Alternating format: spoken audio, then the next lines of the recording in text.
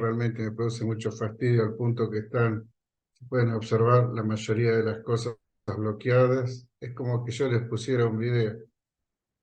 Hay gente que se desubica, hay gente que hace cosas raras en clase y no espero repetir el día de hoy las cosas que pasó el lunes. Entonces, esto es lento, para mí es una pérdida de tiempo, pero si con eso podemos separar quién viene a molestar de que quién viene a estudiar, lo vamos a hacer. Vamos a hacer todo lo que haga falta para que estemos donde debemos estar.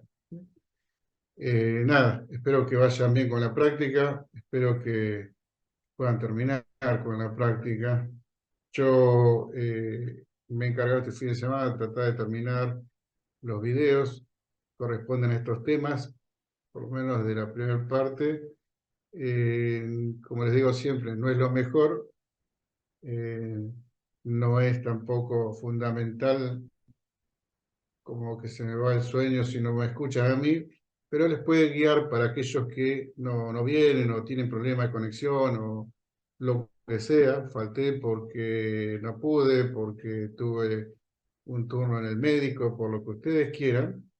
eh, lo- Los puede guiar en el tema que se dio eh, cuando estuvieron ausentes.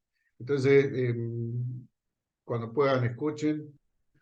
Traten de ver si pueden deducir lo que yo les pido en ese cuestionario. Yo no soy muy amigo del cuestionario, pero prefiero que sepan un mínimo que no sepan nada. O sea, lo que más cuesta, ya se los he dicho, es saber estudiar, saber comprender los textos, saber escuchar. Y muchos pueden decir que ya saben todo eso, pero los números no dan. Anualmente de los inscriptos, la mitad nunca viene. De esos que vienen, la mitad se va antes del primer parcial y ya a fin de año queda alrededor entre el 27 y el 37% de aprobados. ¿Sí? Después reintenta, quieren dar libre, se presenta, es como si fuera un deporte presentarse libre y que les pongan un 1. Yo la verdad no haría eso. ¿Sí? Yo siempre cuido todo lo que hago porque siempre tiene consecuencias. Entonces, ganarse una mala nota, empobrecer el promedio de general, no está bueno, nunca. Así que bueno, nada, espero que estén todos bien. Vamos a tratar de terminar el tema de estos binarios, de estos que vienen haciendo, y sepan comprender, digamos, el por qué lo utilizamos, ¿no? Así que cuando yo considere que ustedes pueden llegar a hacer alguna pregunta, habilitaré el chat. En el chat, vuelvo a decir, no me pregunten qué hago si no puedo venir, qué hago si me puedo cambiar, o sea, eso por otra vía. El chat va a estar habilitado para que pregunten sobre el tema, ¿sí? Así que bueno, nada, ya tengo unos 127. Este, está muy bueno. Así que bueno, cuando...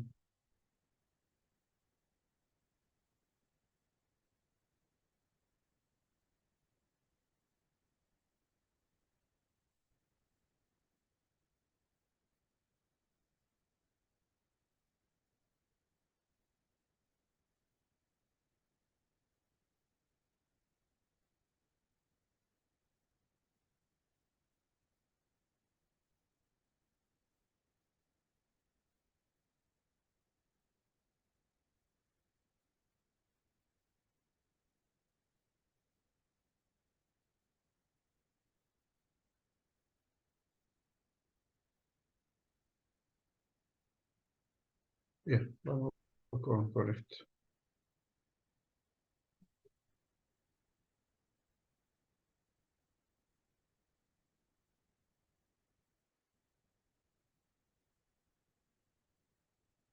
Recording in progress.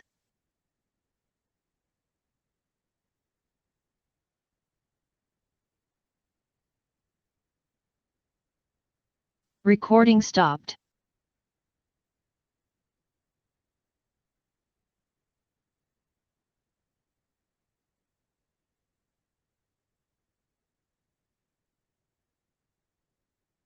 Recording in progress. Bueno, ahí vamos con el recording in progress. Bien. Lo que falta, gran parte ya han hecho, que es explicar, digamos, algún concepto sobre aritmética, no cómo se hace, sino quién lo hace, ¿no? O sea, indirectamente, seguro, cualquiera de los profes de la práctica ha comentado respecto de que en el procesador existe un área destinada a la unidad aritmética y lógica, tal cual lo dijimos, es la encargada de realizar estas operaciones que aparecen ahí, suma, resta, multiplicación y división, y las lógicas como las numéricas o las puras, que ya vamos a desarrollar en el próximo conjunto de slides. Entonces, esta unidad aritmética y lógica forma parte del hardware del procesador, el cual recibe sus datos y devuelve resultados a partir del uso de registros internos. Las unidades de registros internos no dejan de ser espacios de memoria cuyo ancho se expresa en bits, o sea, los registros pueden ser de 16 bits, 32, 64, y eso va a tener que ver, ¿sí? Va a tener que ver con la arquitectura en la cual está montado el procesador. El acceso sobre ese tipo de registros va a estar definido por quien gestiona la computadora, que es el sistema operativo. De manera tal que en la siguiente asignatura que tienen con nosotros, uno va a hacer una programación de bajo nivel, pero va a utilizar solamente registros de 16 bits. Todo lo que pasa por encima de los 16 bits, el sistema operativo lo va a permitir utilizar siempre y cuando lo haga a través de él, a partir de servicios que brinda el sistema operativo. ¿Por qué? Porque es una forma de cuidar la integridad del sistema. Que nadie de los programas usuarios o los usuarios en general le hagan daño al comportamiento del sistema informático a partir de un uso indebido, sea intencional o no intencional, en el cual produzca daño. Entonces, nosotros vamos a tener accesos a unidades de registro que son de 16 bits como máximo. Estos registros van a guardar en sí solamente un valor, o sea, los registros van a ser utilizados como espacio de memoria, pero de un solo dato, ¿sí? Entonces, mi unidad aritmética y lógica para hacer las operaciones que tienen lugar dentro del procesador va a tomar como insumo lo que los registros le entregan y va a devolver sobre algún registro de tipo acumulador el resultado de eso. ¿Quién le imparte las órdenes que tiene que realizar a partir del imperativo que ingresó a modo de instrucción? Es la unidad de control. Si la unidad de control es la encargada de decodificar el conjunto de instrucciones, o el conjunto de ceros y unos que viene de afuera, mejor dicho, saber si lo contiene o no el procesador y luego saber qué hacer, es esta unidad de control, que también forma parte del procesador, quien a través de las líneas de control, a través de señales eléctricas, va a desencadenar un comportamiento sobre un circuito que tiene internamente la unidad aritmética y lógica. Por eso aparecen estas flechitas acá. Y del resultado de la ejecución de una operación sobre la unidad aritmética y lógica se van a ver reflejados en algún registro de destino, pero también en un registro interno de estado, como son los flags, como si fueran banderitas de estados que me indiquen cómo quedó luego la ejecución de esa tarea. Por ejemplo, si el resultado fue 0 y hay un flag que indica si fue 0, ese bit dentro del registro de estado se vuelve 1. ¿Por qué? Porque el bit indica que el resultado dio 0, que el resultado en 0 es verdadero. es muy común confundirse con eso, ¿no? O sea, una cosa es el número, cuando operamos aritméticamente, y otro es la lógica, que refleja o comportamientos o resultados de preguntas combinadas, que arroja valores de verdad, verdadero 1, falso 0. Bien, un poco repasando lo que ya han hecho, ¿no? O sea, en las operaciones aritméticas, uno tiene la posibilidad de tener internamente, de la mano del procesador, circuitos que realizan las sumas a alta velocidad.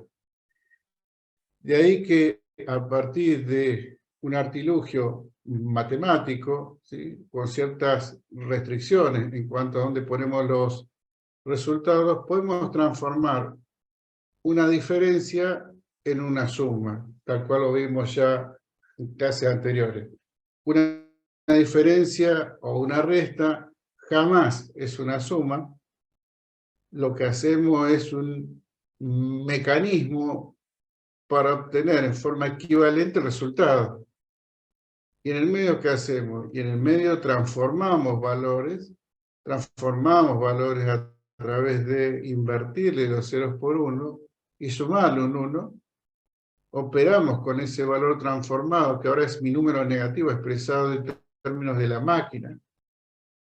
Se lo sumo al valor positivo y obtengo un resultado cuyo bit más extremo a la izquierda trunco, lo quito, y obtengo el resultado que debía ser si yo hacía la resta en forma manual, como lo hacía, como aprendía en la escuela.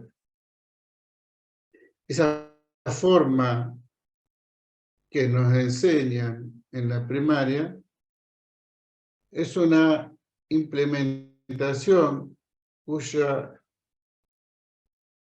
resolución es muy fácil de hacer por parte del humano, no así por una máquina procedural. O sea, se puede hacer, siempre se puede hacer. Se puede hacer por software, sí, pero todo aquello que lleva al software a resolver algo se vuelve un poco más lento y potencialmente un lugar donde equivocarse. Todo aquello que se puede implementar en hardware va a ser más robusto, más potente, ¿sí? Va a tener características que van a durar en el tiempo. Entonces, si puedo transformar una diferencia en una suma y la suma se resuelve a alta velocidad, lo voy a hacer. La multiplicación va de suyo, que va a consistir en sumas sucesivas, o, como vamos a ver más adelante, podemos utilizar para multiplicar y dividir algo que se llama el algoritmo de Boole. Con lo cual, voy a poder llevar una expresión de multiplicación, ¿sí?, a desplazamientos y suma, que el procesador también es muy hábil para hacer. ¿Cómo hacemos nosotros en esta aritmética? Por lo menos en lápiz y papel. Lo mismo que hacíamos en la escuela. Tomamos los números, los encolumnamos y sumamos bit a bit, produciendo acarreos si los hay, y si no, dejando el resultado en la columna correspondiente. En este caso, en el cual yo sumo dos números positivos, 0 y 1 es 1, 1 y 1 es 2, y el 2 se representa 1, 0.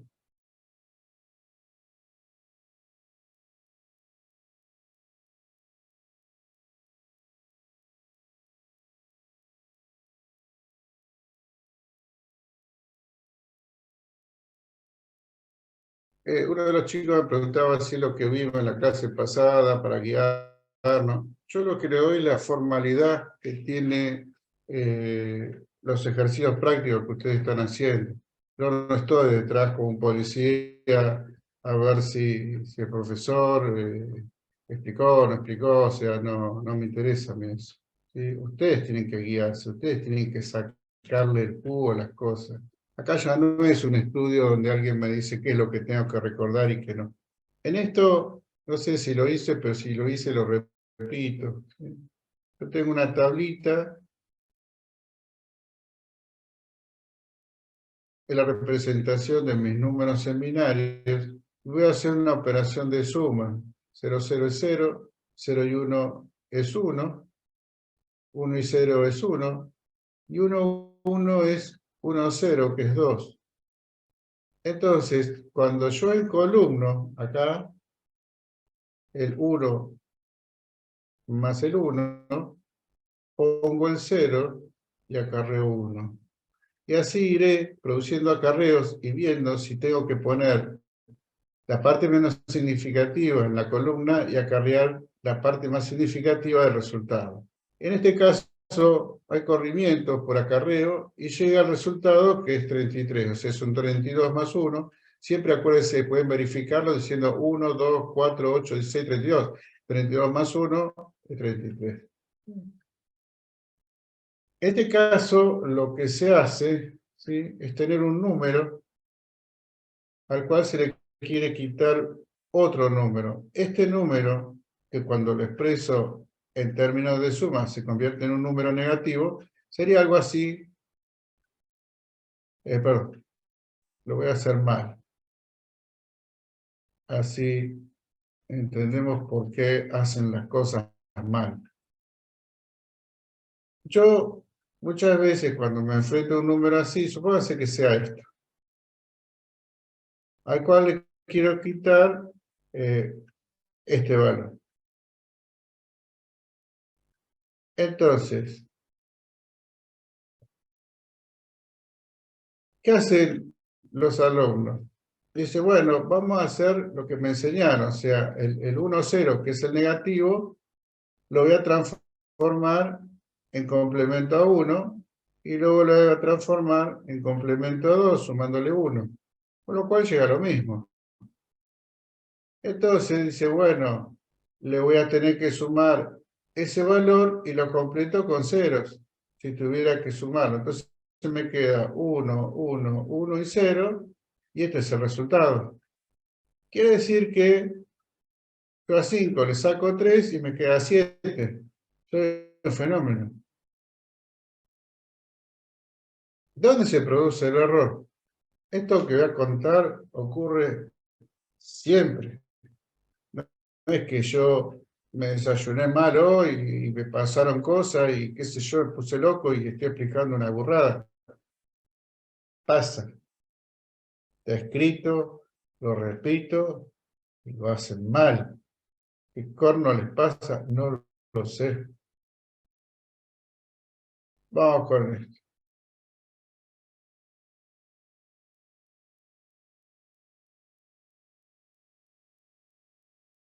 Bien. ¿Qué es lo que tengo que hacer? Primero, supóngase que yo elegí este número para representar el 5. El 2 sería 1, 0, pero antes de hacer algo, lo completo con ceros. Ambos valores, ¿sí?, tienen que tener la misma cantidad de bits. Ambos valores tienen que tener la misma cantidad de bits. ¿Sí? Antes de hacer cualquier cosa, tengo que tener valores con igual cantidad de bits. Entonces yo tengo mi 0, 1, 0, 1 del 5, y por otro lado tengo a 0, 0, 1, 0 del 2. Este es el que tengo que complementar a 2, transformando sus ceros por 1 y luego sumándole 1, por lo cual me da 0, 1, 1, 1. Este es el complemento a 2 del número 2. Este es el valor que tengo que sumar. Entonces, cuando yo tengo la suma después de esa transformación, voy a hacer 0, 1, 0, 1, que es el número 5, y este que en teoría sería el menos 2, expresado en términos de máquina. Sería 1, 1, 1 más 1, 0, llevo 1, 1 más 1, 0, llevo 1. El algoritmo lo que me dice que el último 1 lo tengo que truncar para que este resultado me dé correcto.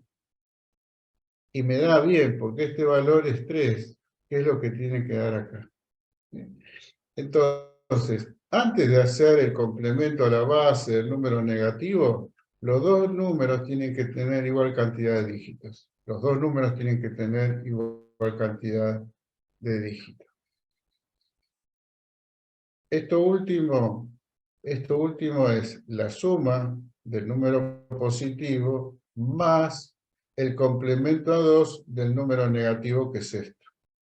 Cuando sumo, 1 más 0 es 1, 0 más 1 es 1, y 1 más 1, como dije hace un rato, es 1, 0. Pongo el 0 y acarreo 1. 1 más 1 también es 1, 0, pongo el 0 y acarreo 1. El acarreo lo saco para que esto que queda me coincida con el dato que tengo que obtener. O sea, que coincida con la resta que tengo que hacer. Si yo lo dejo, y me fui a cualquier lado, porque sería un 1 seguido de 2 ceros y un 1, o sea, 1, 2, 4, 8, 16, 16, más 3 sería 19, o sea, haría cualquier macana. Entonces, primero igualamos en cantidad de dígitos, ¿sí?, a los dos números. Una vez que tenemos igual cantidad de dígitos, recién operamos con el número negativo, ¿sí?, en complemento a 2. Ese valor obtenido, yo se lo sumo al número positivo. En este caso, uso un número que lo representa en 8 bits. La idea es la misma. El 2, ¿sí?, inicial, que tengo, que es 1, 0, lo completo con todos números en 0. ¿Sí? Después transformo lo que es 0 por 1, me quedaría 1, 0, 1, 1, 1, 1, 1, y le sumo un 1, con lo cual produciría todo ese arrastre y al final llegaría al mismo complemento a 2. ¿Sí? Esto es importante que ustedes decidan con cuántos dígitos lo van a representar. Si el número es grande, por ejemplo, yo les doy A, F, menos 3, 5, no tengo problema, porque ya este número me está diciendo cosas. Me está diciendo que tengo 4 bits para la A y 4 bits para la F. Y si este número está en la misma base, esto será 0011 y este será 0101. A eso yo me refiero, ¿no? Entonces, muchas veces, en vez de una A, me dan, no sé, supónganse que en hexa me dan 4 F. Y 4 F es 1, 0, 0, 1, 1, 1, 1. Complete con un 0. Si no completa con un 0, va a dar lo mismo, pero el otro va a tener que tener igual cantidad de dígitos de los que ustedes usan. ¿Sí? Es la única aclaración que les hago y ojalá que lo hagan bien. ¿Sí? Ojalá que lo hagan bien.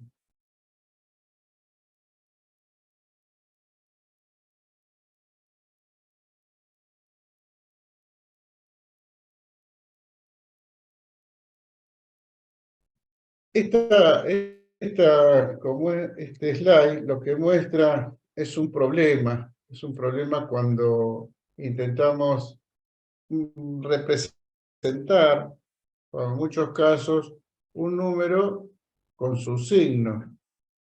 Si el recipiente en el cual yo destino el resultado no me alcanza, estaría frente, ¿sí?, a un problema, como es lo que marca acá el slide. ¿En qué sentido? Yo tenía un ahorro de 80 pesos, cobré y ahora tengo una deuda de 126. ¿Sí? Acá la palabra overflow, que no solo se usa en la parte aritmética, sino en muchas situaciones donde lo que estoy usando quedó chico y se produce un desborde. En este caso, el overflow es sensiblemente observable porque del valor, o sea, de la magnitud, se produce un desborde sobre el signo, haciendo que la suma de dos números positivos me termine dando uno negativo. Estas son cosas que el programador debe controlar. La máquina va a funcionar, el compilador va a compilar, el programa ni se va a avivar, pero ustedes van a estar convirtiendo, digamos, una suma de valores positivos en un valor negativo.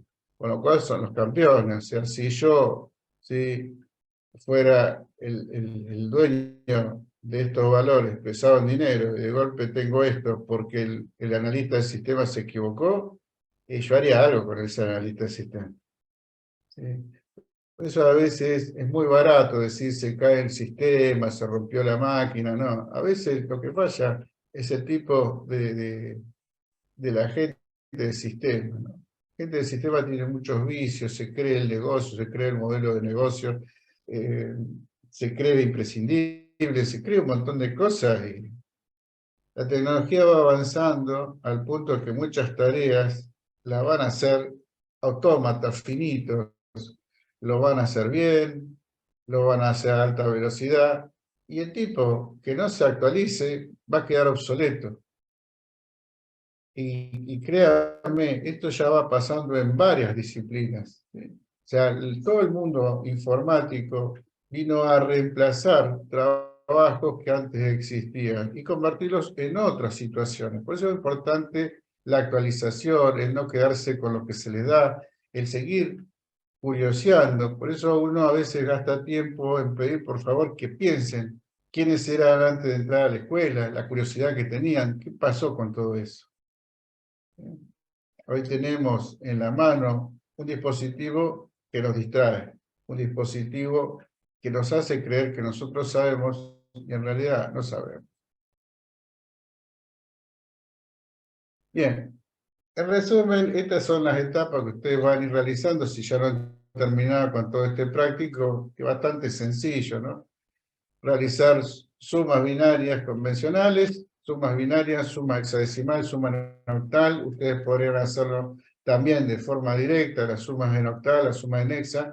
Lo que pasa es que no nos entrenan para eso en la escuela. En la escuela nos enseñan a sumar decimales. Por ejemplo, ¿a qué me refiero? Cuando uno en la escuela, ¿sí?, está operando con números decimales, no tiene duda. Supónganse que este fuera un número decimal y le quiere sumar esto. Y yo digo, bueno, esto da 28. ¿Dónde está la magia? La magia está que 9 más 9 produce en su suma un número que no es representable en un solo dígito, que es el 18. Entonces, ¿qué hace? Dejo esto y acarreo ¿quién? La base. La base. Y después lo sumo y me da 2. Y eso nadie tiene dudas. ¿Por qué? Porque me enseñaron medio dogmáticamente, medio a las apuradas, medio como pudieron a sumar. De igual manera, si estos fueran los números, vamos a hacer que están en base octal, son en base 8, y los quiero sumar. Lo voy a hacer como humano, ¿no? Para que ustedes digan, para que vean que lo pueden verificar rápidamente, a veces alguna suma, alguna diferencia. Si yo tengo 7 y le sumo 5, ¿sí?, con el 1 que saco de acá ya genero un 8, y un 8 es una base, produzco un acarreo, ¿sí?, y me queda los 4 de acá. 1 más 2 es 2, 4. Entonces, bueno, pero yo qué sé si eso está bien o está mal. Y podrías pasar esto a decimal. ¿Y cómo se pasa? 1 por 8 más 7. 8 más 7 es 15, más 5, porque por 8 es 20. ¿Y cómo se pasa? Y es 2 por 8 más 4. Esto es 16 más 4, 20. O sea, yo puedo hacer estas cosas teniendo en mente la base. ¿Qué es lo que muevo a la izquierda? En el caso del octal, muevo 8, en el caso del hexadecimal, muevo 16. Lo que pasa es que con el decimal se me complica porque yo no manejo muy bien, por ahora, ¿no?, el tema de las F, las A, las C, la y lo otro. Con el tiempo, cuando uno ejercita la cabeza, se va ablandando, también puede sumar en hexadecimal directamente. No es el caso de nuestra materia, nosotros no venimos a hacer ningún prodigio, sino simplemente Aclarar que cualquiera puede, con entrenamiento, sumar en otras bases. Lo que pasa es que nosotros ya traemos de la escuela, como pudimos, sumar en decimal.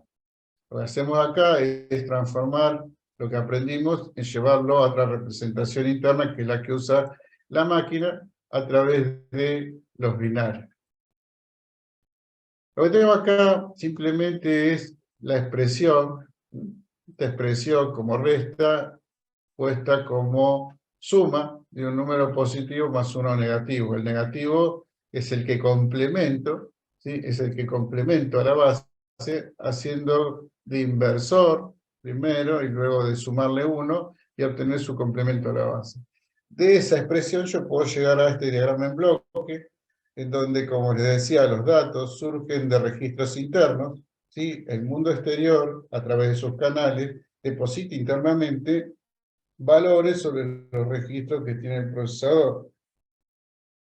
Internamente, ¿qué tiene? Tiene un sumador, sobre el cual ingresará uno de los operandos, y sobre la otra rama que tengo el otro valor, el otro operando de esa suma.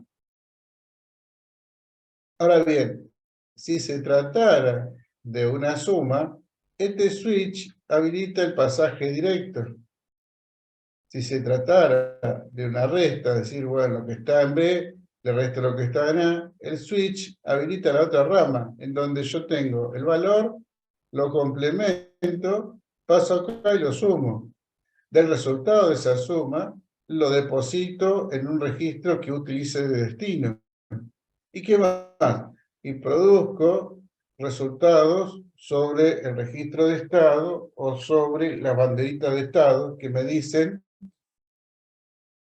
si hubo overflow, si no hubo overflow, si dio cero, etcétera, etcétera, ¿sí? Entonces yo tengo, de alguna forma, en un registro interno, la instantánea de cómo va quedando mi procesador luego de ejecutar cada instrucción. En este caso particular, una operación aritmética. Ese modelito, que yo lo hago muy sencillo, lo podría extrapolar y llevarlo a algo un poco más elaborado, en donde yo tendría un bloque que hace de sumador completo en el sentido de que suma 2 bits y produce un acarreo, o sea, su resultado es la suma más un acarreo. Si yo lo pudiera encadenar de esa forma, teniendo como sumador algo que tiene en su ingreso el acarreo anterior más los dos valores a sumar, podría llegar a armar esta cadena de sumadores completos que tiene la capacidad de sumar datos de 4 bits cada uno y producir una suma también de 4 bits con un acarreo. Eso lo puedo escalar todavía y lo puedo transformar, esto que aparece como sumador de 4 bits, también poderlos encadenados, ponerlos en cascada y llegar a ser un sumador de 16 bits. Y así puedo ir escalando hasta lo que me permite la arquitectura, o por espacio, o por potencia, o por energía disipada, etcétera, etcétera, etcétera. Entonces, yo como es, desde el punto de vista conceptual, solamente estoy mostrando que algo pequeño, si funciona, se puede ir encadenando, haciendo que funcione con cosas mucho más grandes en cantidad de bits. ¿Qué es esto de la aritmética de puntos flotantes? Ustedes ya deberían estar llegando al IEEE 754 o esta semana o muy pronto, porque si no se van a quedar sin tiempo. La aritmética de puntos flotantes tiene que ver con lo que ya hemos visto nosotros. O sea, en ese formato, un valor se le corre la coma en un sentido izquierdo o un sentido derecho, a fin de obtener el primer bit que se declara implícito. Ahora, yo también podría operar directamente con los valores, ¿sí? Podría intentar hacer la suma directamente en IEEE 754. Lo que pasa es que tengo que ver si es realmente posible, si los exponentes son posibles, en cuanto a si se pueden tener igual tipo de exponentes. En la filmina lo único que muestra es que uno puede hacerlo, pero pueden ocurrir cosas que no deseo. Primero, me puedo equivocar olímpicamente, ¿no? A veces los tomamos en los finales sumas de IEEE y no saben para dónde arrancar. Si a mí me enseñaron a restar y a sumar en binario y no hice nada con el IEEE salvo transformarlo, lo pasaré a binario. Y luego lo mostraré el resultado en la base que me pida o en el formato que me pida. Nadie inventa cosas locas, o sea, yo no voy a pedir lo que no tengo ni idea que de haberlo dado. Entonces, ahí el slide, si bien dice que es similar al punto fijo, bueno, hay que verlo también eso, ¿no? O sea, hay que tener cierto cuidado cuando se lo trata de asociar en una suma directa. Entonces, como dice ahí, los exponentes de los operandos son los números que voy a intervenir en una suma, en una resta, deben tener igual valor, ¿sí? Entonces, ahí sus fracciones se pueden sumar. Acuérdense que los números están normalizados, tienen coma, algo, y ese algo es la mantisa. Por eso habla de que sus fracciones, entonces se pueden sumar o restar. Acá hay un caso de dos números, 0,101 por 2 a la 3, más 0,11 por 2 a la 4. Todos son binarios, todo está expresado de esa manera. Lo primero que me dice es que ajuste el menor de los exponentes, que en este caso es 3 respecto de 4, y lo iguale al mayor exponente. Entonces, cuando yo intento hacer eso, cuando yo intento hacer crecer este exponente, porque lo tengo que igualar, voy a mover la coma hacia la izquierda, y me va a quedar 0,0101, que es lo que está acá abajo. Y pinto en rojo este último 1, porque si yo elegí como representación un número que tenga solo 3 dígitos al costado de la coma, al costado derecho de la coma, enfrento que la representación de este número se transforma en este. ¿Sí? Si yo elegí 3 dígitos al costado de la coma, la representación de este número se transforma en este.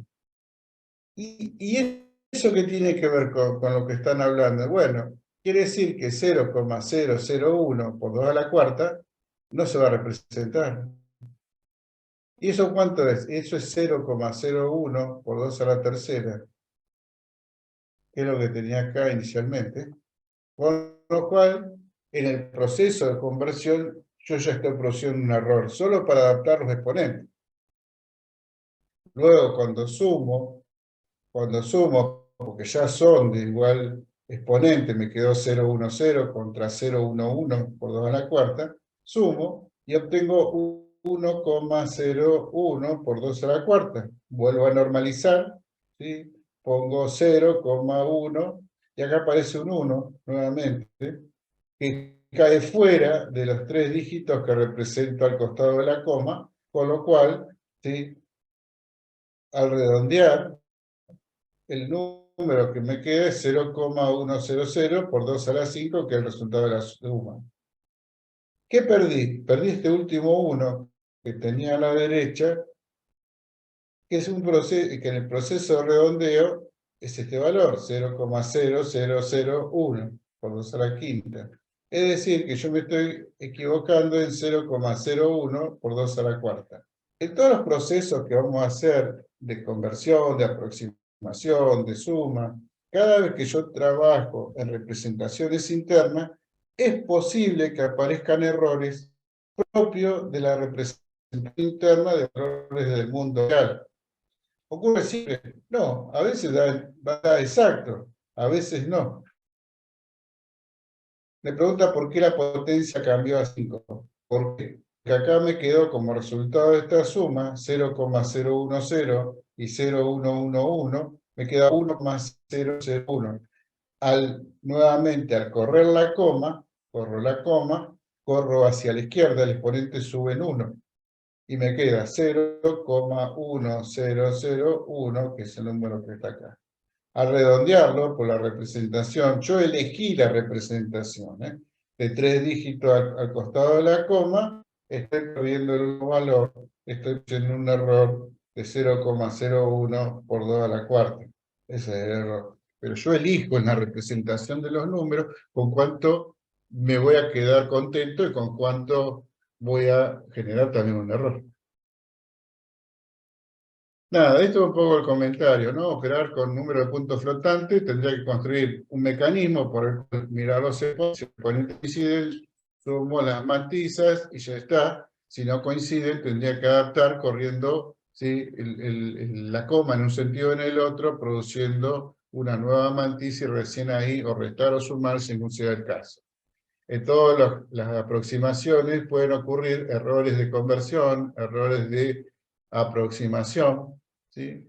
Y si ese valor con el cual estoy aproximando me sirve, no tengo problema. Si no me sirve, tendré que decidir si no es motivo para que yo amplíe la capacidad del recipiente que recibe los resultados. Si yo a lo mejor en vez de considerar 3 dígitos al costado derecho de la coma, considere 4 dígitos. Bien.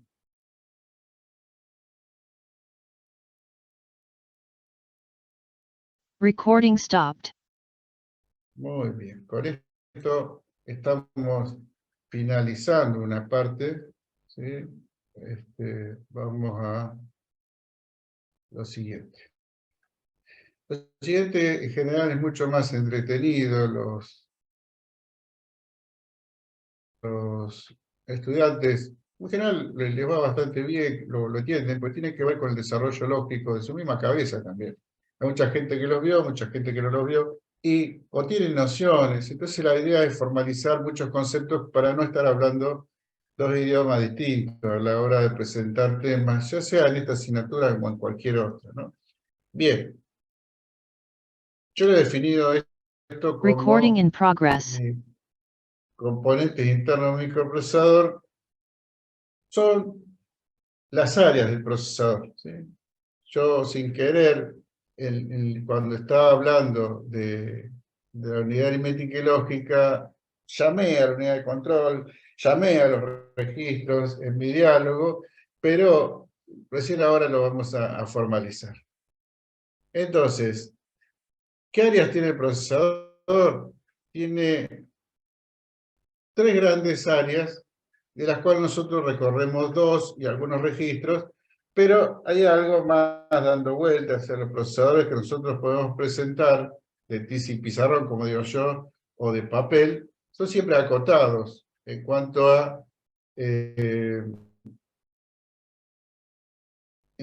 a su caracterización, porque estoy en un primer curso, ¿sí? Yo no podría salir con las unidades de punto flotante y las conexiones que tiene y los buses que tiene y jerarquía, porque realmente me perdería a mucha gente que por asustarse no seguiría cursando por un tema de no entender, pero le falta conocimiento. Entonces vamos a poquito. Aquel que se aburra, se desconecta y ya está, y después se fija si los temas que vio ya los conocía y está muy bien. Gana tiempo para otras materias. Entonces, la unidad aritmética y lógica, tal cual se sintetiza así, va a ser la encargada de realizar operaciones aritméticas y funciones lógicas. Los registros internos del procesador son espacios de memoria, como dije, y los hay de 2 tipos. Los hay dedicados y de propósitos generales, que va a ser la gran clasificación. La unidad de control es otra de las áreas que tiene el procesador y tiene funciones asociadas propias de las tareas que tiene que llevar adelante el microprocesador, entre las cuales está la decodificación.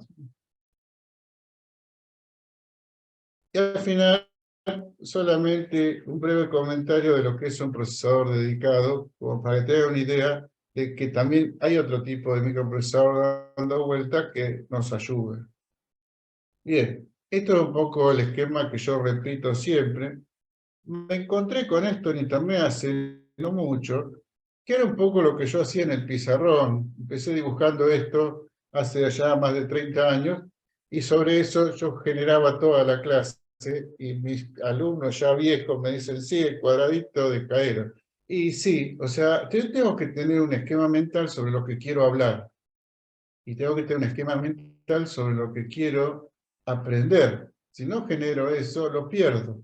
Entonces mi sustento es siempre mantenerme en la cabeza que hay un aparato que se nutre de entradas, que produce salidas, y tiene espacios donde almacena cosas en forma permanente.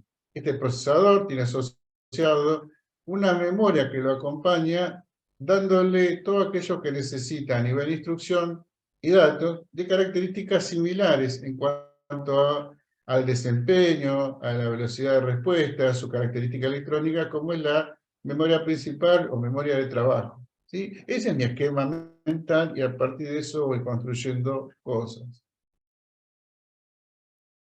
Este esquema es bastante viejo, bastante nuevo dentro de mi asignatura, yo lo he puesto recién este año, pero está en muchos libros cuando uno habla de las unidades funcionales que tiene una máquina. Entonces, mi computadora tiene periféricos y tiene líneas de comunicación con el medio, con el mundo exterior. Y hacia adentro tiene una unidad central de procesamiento, una memoria y dispositivos o unidades funcionales de entrada-salida y un sistema que los conecta a todos contra todos.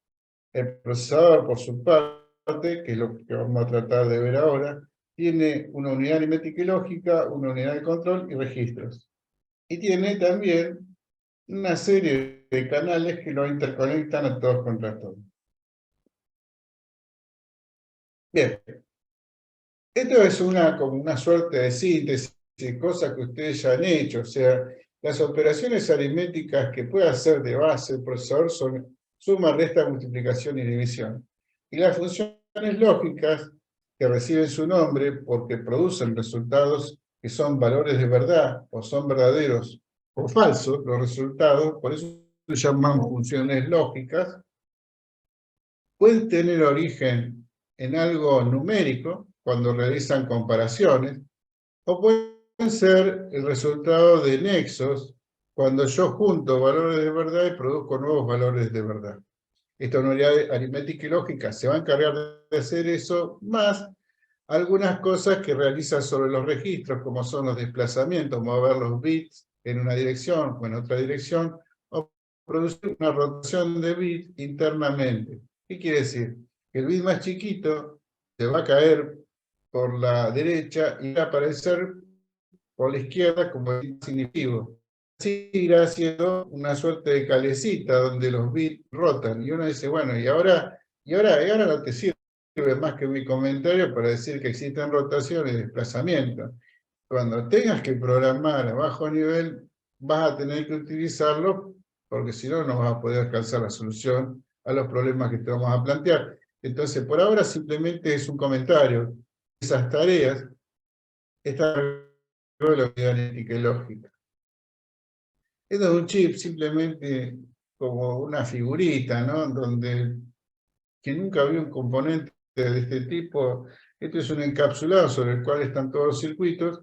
No es la unidad aritmética y lógica, para nada. No es que yo puedo comprar, ¿me da una unidad aritmética y lógica? No. Es un chip nada más. Y sus patitas, cuando hablamos de patitas, son pines que se sueldan a una placa a fin de que quede mecánicamente estable y eléctricamente también estable. Sería, en el caso ese, es muy importante que los componentes estén soldados. Parece una tontería, pero el componente tiene un movimiento y está encendido. Eso se traduce en algo que no veo, que es como si fuera un microchispazo, que hace que se desestabilice y muchas veces se bloquea el chip o se rompe.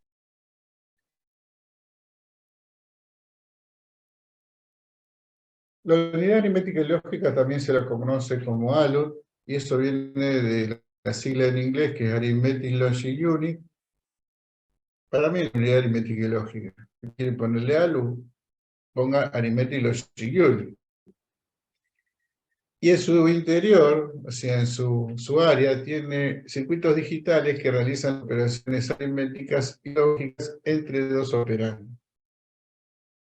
Realizan las multiplicaciones y restas a través de sumas múltiples o de complemento. Eso suena bastante piola a nivel abstracto de matemática, pero en realidad usan otras cosas como sumas y desplazamiento para hacer esas operaciones. Como les decía, ya vamos a ver el algoritmo de Booth en su momento y te puede gustar o no, pero vas a tener que hacer. Esto es un poco lo que aclaro, ¿no? O sea, las operaciones de desplazamiento consiste en mover los bits, ¿sí? O sea, yo tengo,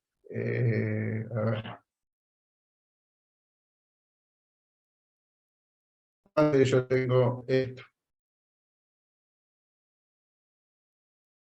¿sí? Este está dentro de un registro, no sé, MP. Y yo quiero moverlo en un bit, ¿sí? A la derecha. Entonces al moverlo se me convierte en 0, 1, 0, 0. Y lo muevo otro más, 0, 0, 1, 0. ¿Qué estoy haciendo con el número cada vez que lo desplazo?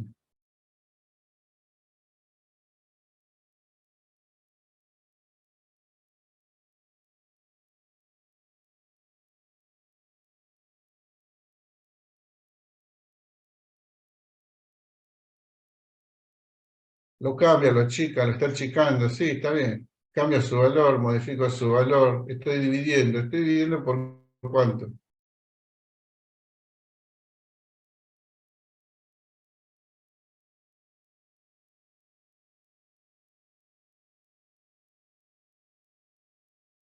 Está dividiendo por 16, me dice Julio. No, Santiago me dice, está dividiendo por 2. Vamos a ver lo que dice Santiago.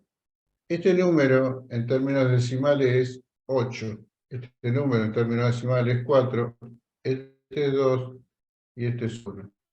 Es decir, que yo al hecho de desplazar el número, ¿sí? Un lugar a la derecha, estoy logrando obtener un número dividido por 2. ¿Es una división? No, ni loco es una división eso. No es una división. Puede hacer como. Si yo desplazo 2 lugares, estaría dividiendo por 4. Si desplazo 3 lugares, estaría dividiendo por 8. ¿Qué pasa si el número fuera este? Y yo convierto en esto. ¿Sí? ¿Sigue dividiendo?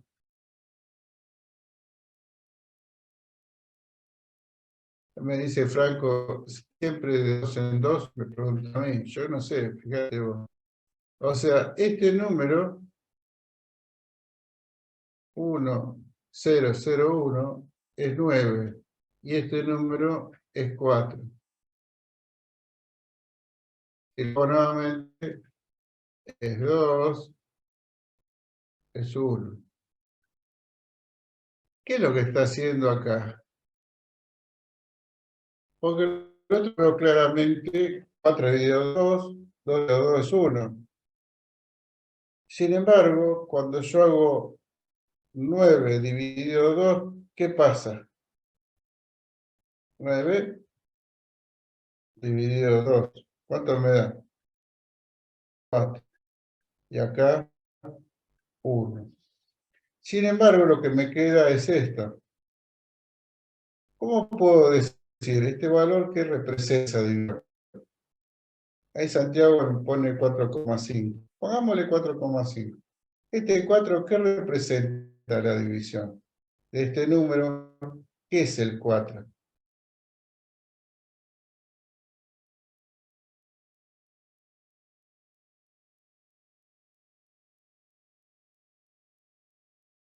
La parte entera. Si no lo han visto, esto se considera que hace una división entera. Y la fracción, y la perdiste, pues está haciendo una división entera. ¿Es una división? No, no es una división, es un desplazamiento en un sentido, ¿sí? Derecho que produce un resultado equivalente a lo que sería una división. No más que eso. Ahora, si el mismo valor, 8, en vez de moverlo para la derecha, lo moviera en un bit hacia la izquierda, me quedaría 1, 0, 0, 0, 0. Si este es 8, ¿este qué número es? 16. Si lo muevo uno más, 32. O sea que moverlo para la izquierda sería como que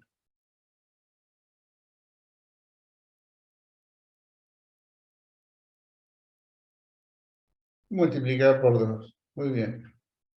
O sea que yo he logrado con ese desplazamiento hacer posible que mi máquina obtenga un resultado equivalente a una división entera, a una multiplicación por 2. ¿Es una multiplicación por 2? No, es un desplazamiento, pero es súper veloz respecto de lo que después vamos a ver como operación de división. La división que apela a registros internos a través de instrucciones que están predefinidas en el procesador son más lentas que estas.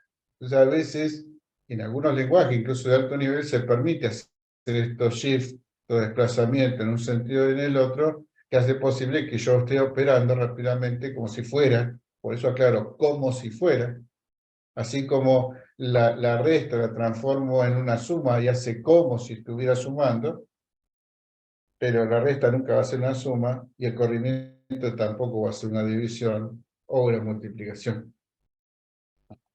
Lo otro que aparece, bueno, como rotación, involucra que los bits, para los que no me entendieron, ¿no?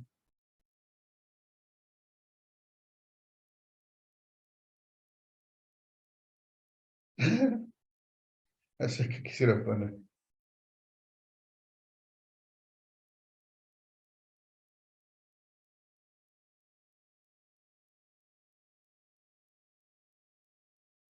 No sé, ponen cada cosa.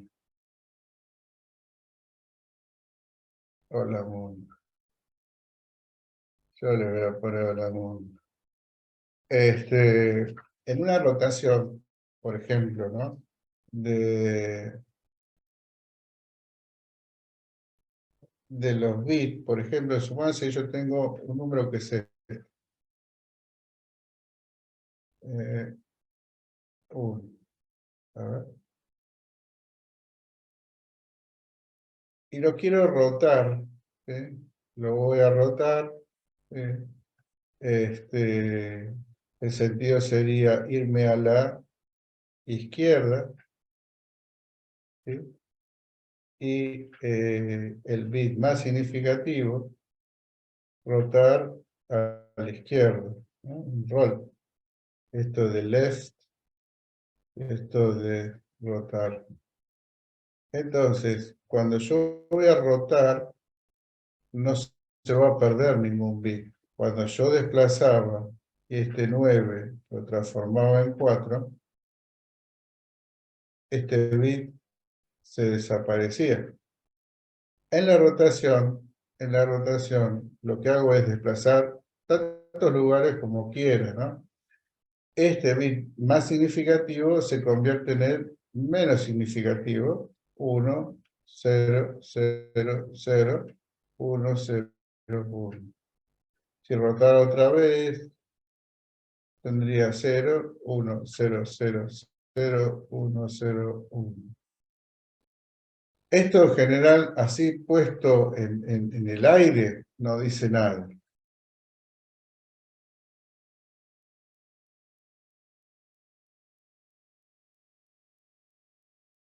Esto no es rotar, esto es desplazar. Él me pregunta por qué desaparece. Porque cuando desplazamos se completan con ceros y el bit que se cae se pierde. Cuando rotamos, los bits no se pierden, sino que van a ocupar otro lugar dentro de la cifra. Si yo roto a la izquierda, el más significativo pasa a ser el menos significativo. Si yo roto a la derecha, el menos significativo pasa a ser el más significativo. Pero vuelvo a completarle la idea. Puesto así, no dice nada. Créanme que no dice nada. Lo que pasa es que a veces yo voy a pedir cosas como la siguiente. Si el resultado fuera este, ¿sí? Que me lo muestren en pantalla. En pantalla. Y uno tiene la tentación de poner un 1 en pantalla. Y un 1 en pantalla es la carita esa que aparece, ¿no? O sea, no es el 1, es una carita. Y el 0 es otra carita. Una de esas es negra, yo qué sé. Pero no es lo que estoy buscando. Yo quiero que aparezca el contenido expresado en binario. 1, 0, 1, 0, 0. Esas cosas son las que van a tener que aprender para manejar bajo nivel a su máquina. En estos ejercicios tampoco, wow, vamos a hacer un montón de cosas en bajo nivel porque nadie saca un programador de bajo nivel en un rato dentro de una asignatura. Los programadores de bajo nivel no se van necesitando, por lo menos en la vida profesional de un egresado universitario. Sí, en algunos lados, donde se requiere alta velocidad con pequeñas máquinas, eso sigue ocurriendo. Lo que pasa es que no hay programadores, así como un montón de lenguajes que se van perdiendo cuando se consigue un trabajo y pagan lo que pidas, porque son raros.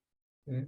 Estar a la moda implica que muchos quieren estar a la moda, y el conocimiento se vuelve vulgar, por lo tanto el dinero se vuelve chiquito. Pero yo les digo, yo no me enamoro de la tecnología, pero quisiera gastar mi cerebro en cosas que me permitan vivir hasta que yo sea viejito.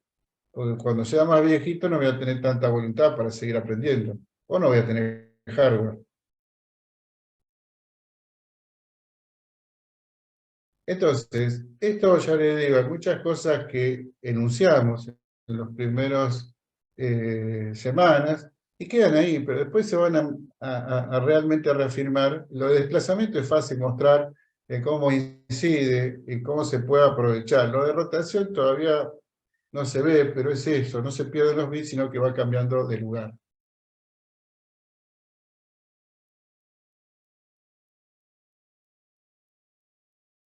Bien, esto es lo mismo, ¿no? Es un sumador elemental, lo que tiene unos circuitos ahí adentro. Vamos a llamar circuito combinacional a un conjunto de compuertas entre sí relacionadas para producir resultados. Vamos a ver qué es en este mismo slide. Por ahora simplemente digamos que es un circuito de componentes donde ingresan bits y salen bits como resultado de una suma. También saldrá un acarreo, que es el que se constituirá en el bit más significativo de una suma. Hay operaciones de multiplicación y división, se usa un algoritmo, ¿sí? No se usa estas definiciones de la suma sucesiva, que sí se podría usar, pero lo que se usa es un algoritmo que disminuye la cantidad de sumas posibles haciendo uso de desplazamiento más sumas. Bien, no mucho más, o sea, no, ¿se puede ir a fondo más adentro? Sí, pero hay que conocer otras cosas, que es la que vamos a hacer.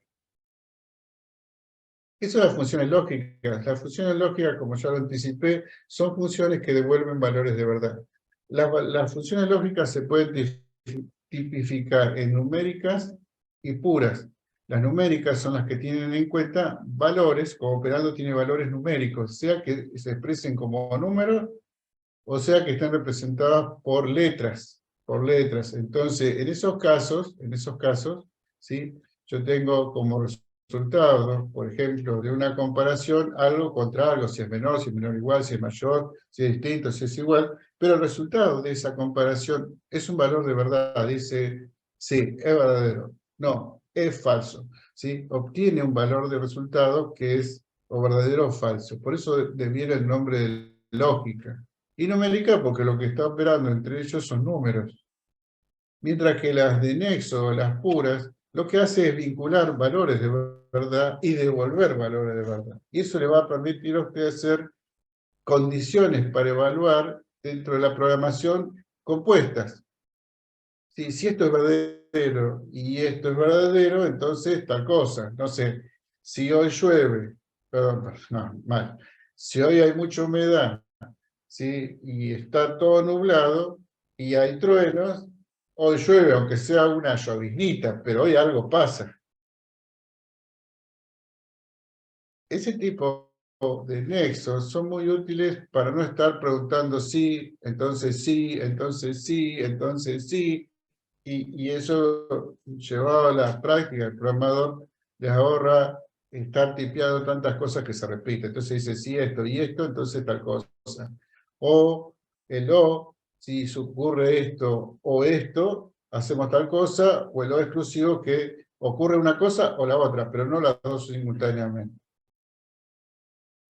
Que es un poco lo que aparece ahí como los operadores más básicos a nivel función lógica, como puede ser el XOR, el AND, el OR y la negación. A partir de eso se hallan todas las otras funciones lógicas que puedo usar como nexo. Y vamos a hacer nuevamente hincapié en esto más de una vez, porque después hablan cualquier cosa, o sea, no, yo lo vi en un tutorial de Pepito, Pepito el Grande, Pepito Computadora, y entonces yo me mato hablando de gusto, flaco. Las operaciones lógicas y las operaciones lógicas numéricas tienen en común en que tienen valores de verdad como resultado. Se diferencia en que uno opera con valores de verdad, como son las lógicas puras, mientras que las otras operan con valores numéricos y devuelven un valor de verdad. Lo que aparece ahí abajo es la representación gráfica de estos pequeños, ¿sí? Pequeños operadores lógicos como son el AND, el OR y la negación. Es muy común cuando uno pregunta qué es una compuerta lógica que le dibujen estas cosas. Y no es eso. Eso es la representación gráfica de lo que sería una compuerta lógica. ¿Y qué es una compuerta lógica? Una compuerta lógica es un dispositivo físico. ¿Sí?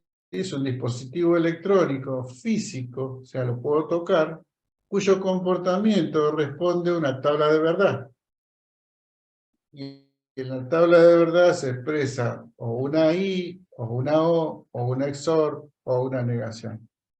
O sea, quiere decir que alguien construye un dispositivo cuyo comportamiento se conoce por construcción y resuelve cosas. ¿Qué resuelve? Ser una AND, ser una OR, ser una XOR. Cuando nosotros en realidad estamos jugando con circuitos a nivel digital, nosotros en realidad estamos ejerciendo y ejercitando esa área lógica de nuestra cabeza. Cuando jugamos con compuertas, no puedo estar soldando y viendo a ver qué pasa. Ojalá pudiera dar para eso, pero el ámbito no permite eso y tampoco la orientación que tiene su carrera. Tal vez en curso superior se pueda hacer una optativa donde uno le meta mano al soldador y pueda hacer todas estas cosas y generar cosas más ambiciosas que estos ejercicios que vamos a resolver nosotros, ¿no? Entonces hace un dibujo equivalente a lo que sería en la realidad para ver si lógicamente está comprendiendo cómo obtener una solución de hardware a partir de un enunciado de un problema en forma narrada. Por eso sí insisto, nosotros en la materia llevamos a síntesis de circuitos porque no me interesa que ustedes hagan circuitos, sino que entiendan los enunciados y generen soluciones. Me importa mucho que ejerciten la parte de entender lo que se les dice o entender lo que leen. Y bueno, y avisparse cuál es la solución. Bien, entonces, las lógicas puras tienen que ver con operadores de nexo, el AND, el OR, el XOR, toman valores de verdad, los juntan y devuelven valores de verdad. Las numéricas son operadores de tipo de comparación, mayor, mayor igual, menor, distinto igual, toman valores numéricos como insumo y devuelven valores de verdad.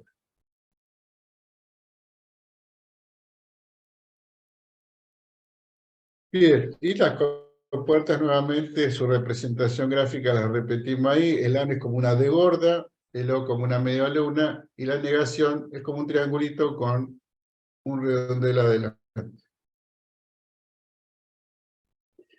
Los registros son espacios internos del procesador capaces de almacenar, ¿sí?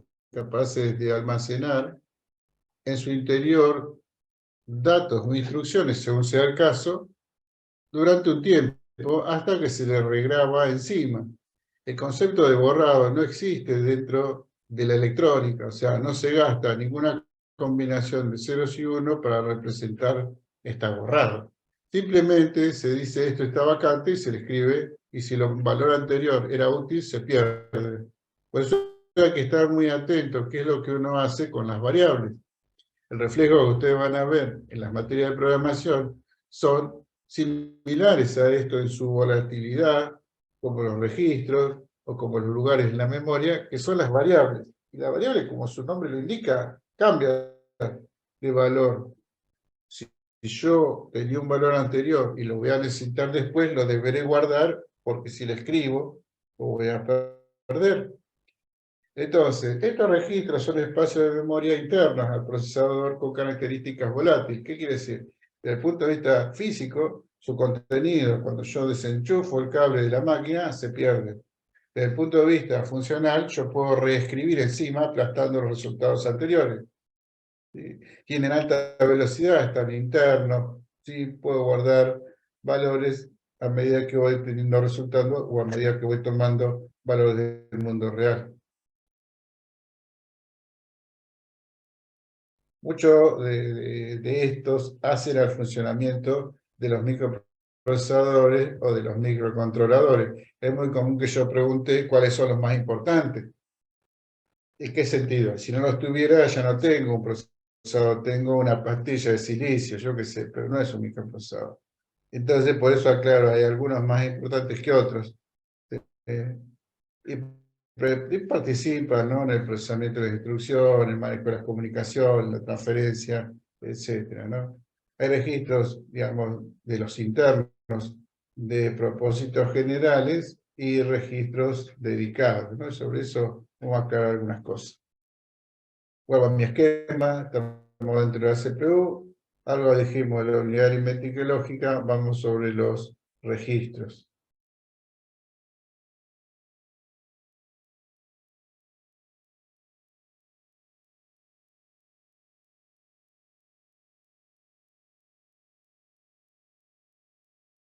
Los de propósitos generales, ¿sí?, su designación, los que nosotros ponemos en los slides, los que nosotros usamos, responde a la familia Intel.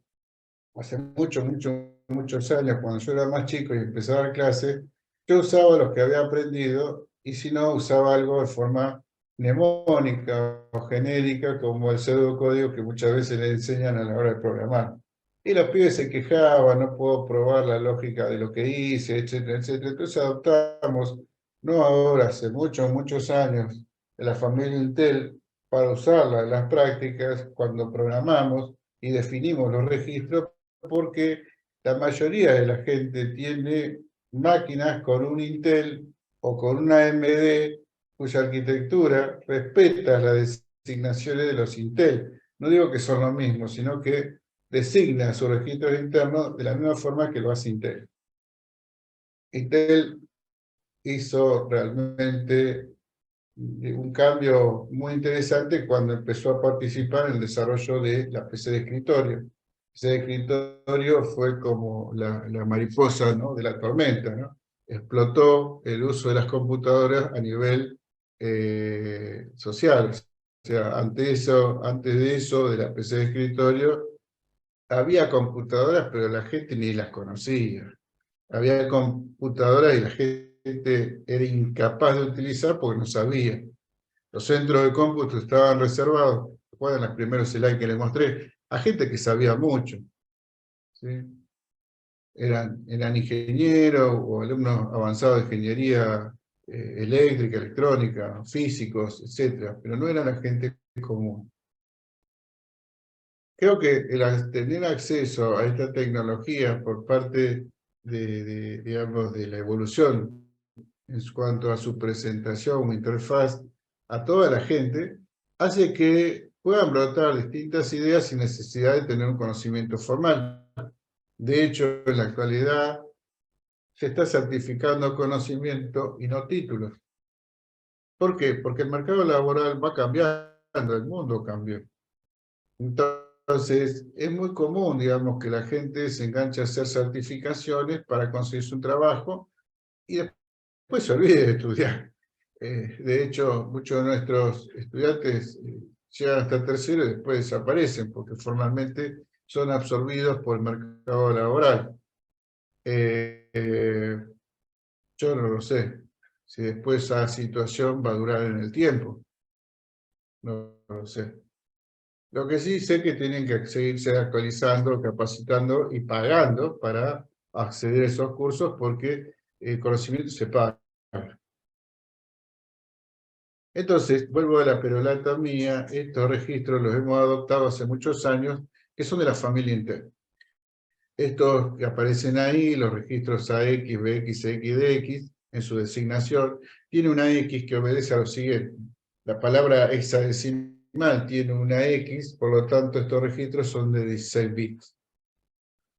Entonces, yo tengo una arquitectura de 3264, ¿los registros son más grandes? Sí, los registros son de 3264 según sea el caso, pero el sistema operativo no me los va a permitir utilizar en forma directa. El sistema operativo me puede permitir utilizar estas cosas como si fuera un entorno en el cual no puedo hacer daño, pero todo aquello que va sobre los registros más grandes, hace el sentido de que son de más bits, voy a tener que pedir permiso al sistema operativo y para utilizarlo, el sistema operativo va a ser el intermediario en la gestión de ese recurso.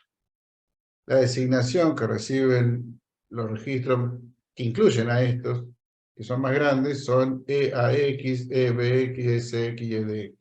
Y esos registros no están disponibles para el usuario final en forma directa. No es que no se pueda utilizar, ¿sí? Se puede utilizar, pero no en forma directa. Entonces, ¿sí?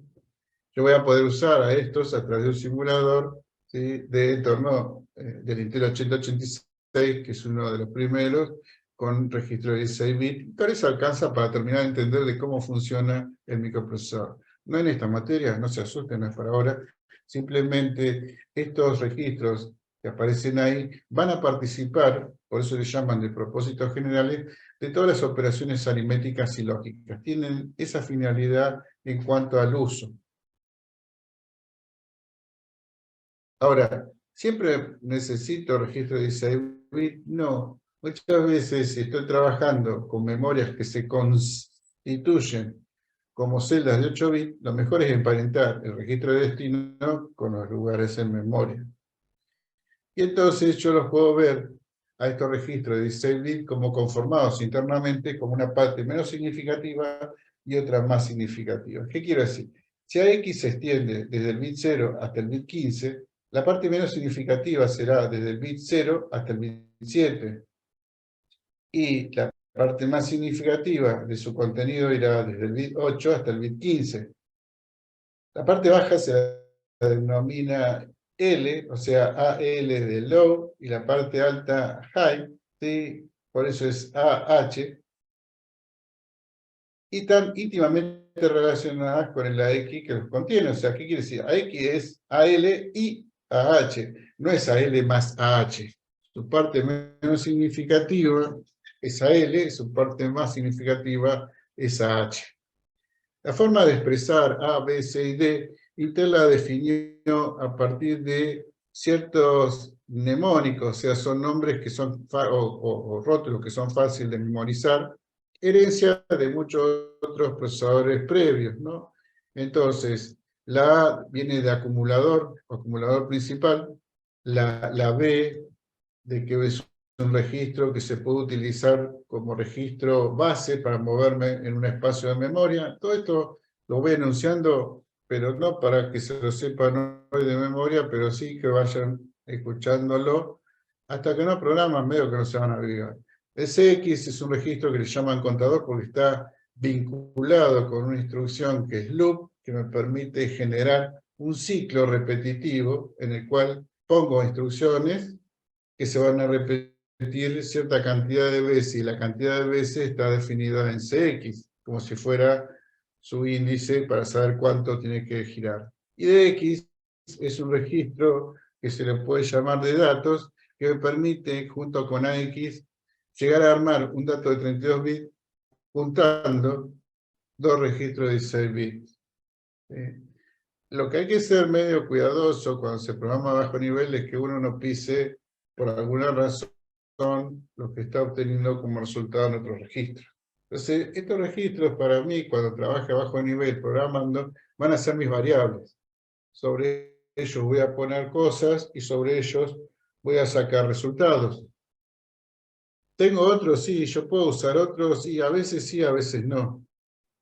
Y si no son de propósito general, ¿de qué son?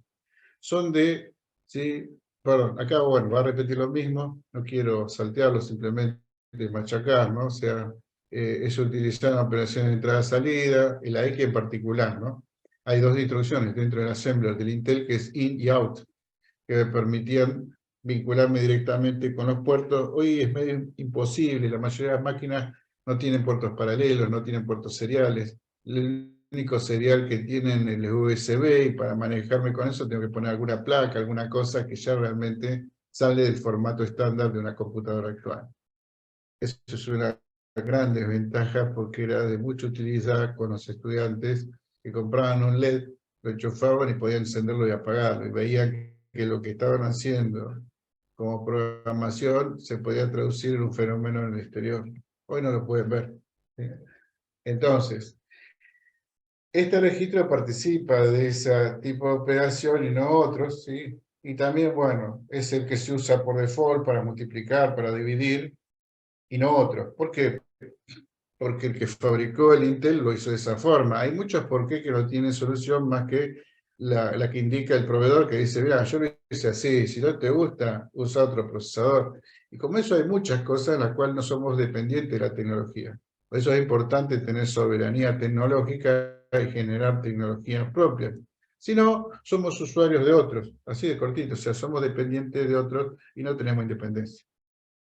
Sí, es importante la independencia, ¿no? Qué sé yo, está muy devaluada hoy en día, ¿no?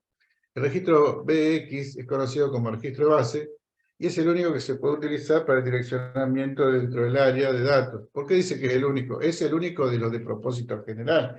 Hay otros registros índices ya dedicados que se usan solo para eso. Y este me va a permitir a mí manejarme en un espacio de memoria en el cual, en tiempo de ejecución, el sistema operativo me dice dónde me dejó los datos. Este registro CX, como ya anticipé, está vinculado a la función loop. Este CX yo pongo el valor de cantidad de veces que tiene que repetir, y en cada pasada por la instrucción loop, CX se decrementa en 1 hasta que CX vale 0 y se rompe el lazo y sigue hacia adelante en el procesamiento.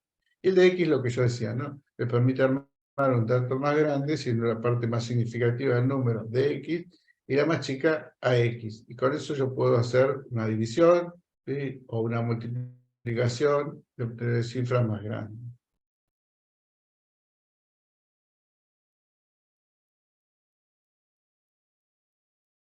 ¿Y qué son estos de los específicos?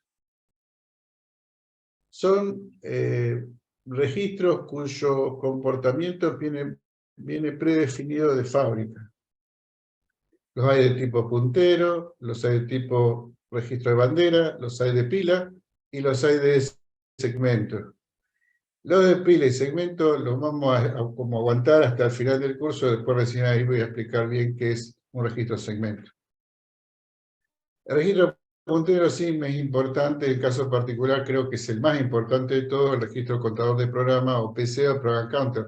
Esta designación es genérica para cualquier micro. En el caso de Intel, Intel le llama eso IP. Este IP no tiene nada que ver con Internet, ¿sí? Esta instrucción que define Intel es un interno que me indica la posición donde se ubica la próxima instrucción a ser ejecutada, ¿sí? Si yo no tengo este registro, no puedo seguir la ejecución de un programa. Mal podría decir, bueno, lo armo en otro lado. ¿Y quién lo actualiza automáticamente? Como, como es como registro contador, su actualización corre por parte del usuario, sino que en medida que va tomando instrucciones, tomando datos, eso se va moviendo, ¿sí? A la hora de seguir procesando, ¿no? Por eso recibe el nombre de contador. En algún momento veremos contadores digitales como para que veamos cómo cambian valores de acuerdo a las conexiones que tienen distintos circuitos secuenciales. Pero por ahora simplemente es un registro cuyo contenido va cambiando, conteniendo en su interior la ubicación de la próxima instrucción ejecutada. Eh, lo que hago ahí es una aclaración por algunos libros, en los cuales puede llevar a dudas, como es el Murdoka, que dice que el registro contador del programa contiene la dirección de la que se está ejecutando, mientras que los dicen que contiene la instrucción, la dirección de la instrucción próxima a ejecutarse. Ambos están bien. Lo que no declaran correctamente es cuándo se produce la actualización, si es pre o post ejecución de la instrucción que está cursando. Muchos procesadores, ¿sí?, hacen una actualización de su contenido antes de ejecutar la instrucción que ya decodificó. Entonces, antes de ejecutar la instrucción que tiene en curso, ya está este registro apuntando a la dirección de la próxima instrucción a ejecutarse, a la ubicación de la próxima instrucción a ejecutarse. Mientras que otros, luego de ejecutar la instrucción, recién ahí producen la actualización del contenido de este registro contador. Por eso le llamó post-ejecución. En cualquiera de los casos, sea pre o post-ejecución, debe contener la dirección o la ubicación de la próxima instrucción a ejecutar, porque si no quedaría ahí entrampado, dando vuelta en la misma instrucción. Entonces, el programa Banker o el contador de programa es implementado automáticamente en cada ciclo de instrucción.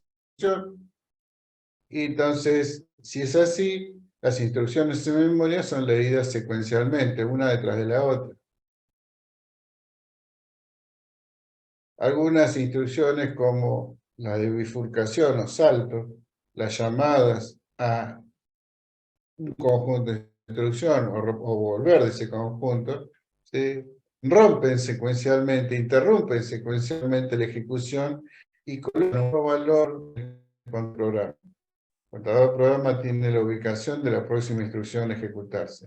Cuando yo produzco un salto, cuando yo llamo a una biblioteca, a una función mía, a un procedimiento mío, yo estoy rompiendo lo que voy haciendo para ir a otro lado y ejecutar otro conjunto de instrucciones. La forma de romper es el contenido del contador del programa, actualizarlo con un nuevo valor. Si yo quiero volver, bueno, ese valor va a haber que guardarlo en algún lado. Si no, no voy a volver nunca más de donde yo produje el salto. Entonces, el registro puntero contiene la dirección de la próxima instrucción a ejecutar, y en eso lo tenemos que poner de acuerdo este curso, ¿sí? Yo pido qué contiene el registro contador o el instruction point, usted me dice contiene la dirección de la próxima instrucción a ejecutarse. El registro de estado, el registro de bandera, contiene, como lo dice ahí, el estado en el que queda un procesador luego de la ejecución de una instrucción, ¿sí? Si hubo overflow, si hubo, esto es cuando se está moviendo, ¿sí?, comparando cadenas en una dirección o en otra, ¿sí?, tiene la posibilidad de los pedidos que llegan al procesador a través de llamadas externas, decirle, ahora no pasás, ahora sí pasás, o sea, de inhibir o habilitarlo, que es el manejo a nivel flag de un bit de interrupción. Por ejemplo, cuando yo muevo el mouse genera un pedido de servicio hacia el procesador no sale como loco antes de atenderlo, aunque yo creo que en mi forma lenta de ver este mundo interno, yo muevo el mouse y algo ocurre inmediatamente en términos míos, pero eso en general es un pedido, se lo atiende cuando está en condiciones, se evalúa quién es, y luego aparece el puntero. El mecanismo por el cual estos periféricos que hacen cosas pero no sé cuándo, son las interrupciones, son los pedidos externos o las llamadas externas. Nada, la trampa o el trap sirve para, en una ejecución de un programa, a realizarlo paso a paso a fin de variarlo, de depurarlo, de examinar si existen problemas en su ejecución. Eso también es una buena práctica de testear lo que he hecho. Esto es el signo, si el resultado dio positivo o negativo, ¿sí? Fíjense que repite, 0 positivo, 1 negativo, el flag de 0, si el resultado dio 0, el flag tiene que estar en true, o sea, tiene que valer 1, si no, en false, tiene que estar en 0. Esto es si hay acarreo del bit número 3 al número 4, se llama carry o la mitad del array. Eso en general no es no quisiera mezclarle nada, pero cuando de los 4 bits menos significativos produce un acarreo, los 4 bits más significativos está representando cosas, está haciendo cosas. Entonces eso lo puedo yo utilizar para codificar decimales en binario, como hacían los antiguos display, que aparecían con 7 segmentos y encendían, digamos, hacia el lado del usuario, mostraban información en términos de esos displays. Bueno, todo eso a veces no tiene sentido ya en la actualidad, pero sigue estando dentro de la conformación interna del registro, a fin de que si lo necesito lo puedo utilizar. Paridad, la paridad es un mecanismo por el cual yo le sumo en la interpretación de los bits, o le sumo un bit más al mensaje, a fin de que la calidad de la transmisión se mejore a través del chequeo de este bit, y si hubiera un error, poder detectarlo y corregirlo. Si es automático, mejor. Pero bueno, podemos darse cuenta que hubo un error. El acarreo general, si al final hubo un acarreo, también queda reflejado en el registro de bandera. Más allá de estos valores que yo estoy mostrando ahí, yo debo tener en claro que existe un registro interno, no en solo procesador, en todos los procesadores que son inteligentes, que refleja el estado en que queda el micro, o el chip, luego de la ejecución de una tarea, luego de la ejecución de una instrucción. Bien, vamos a las funciones de la unidad de control. La unidad de control tiene asociada al menos 3 funcionalidades, 3 tareas. La unidad de control tiene a su cargo la forma en que se va a comunicar el micro con todo lo que lo rodea. Por eso decimos que interviene en el control de las comunicaciones para que sean confiables y autónomas. También es tarea de él, a partir de un registro interno, que es el registro de instrucciones, tener la capacidad de codificar, ¿sí?, de entender de qué va esa colección de ceros y unos, simplemente porque está definida dentro de un chip de memoria de instrucción, o no lo comprende y genera un pedido de ayuda a forma de error. Esta instrucción no la conozco, esta instrucción no está. De encontrarla, ¿sí?, va a recuperar todas las tareas que hay que hacer para llevar a la práctica esa instrucción. Y lo otro es determinar el ritmo de ejecución propio y hacia otras unidades. Entonces, estamos en la unidad aritmética lógica, los registros, estamos en la unidad de control.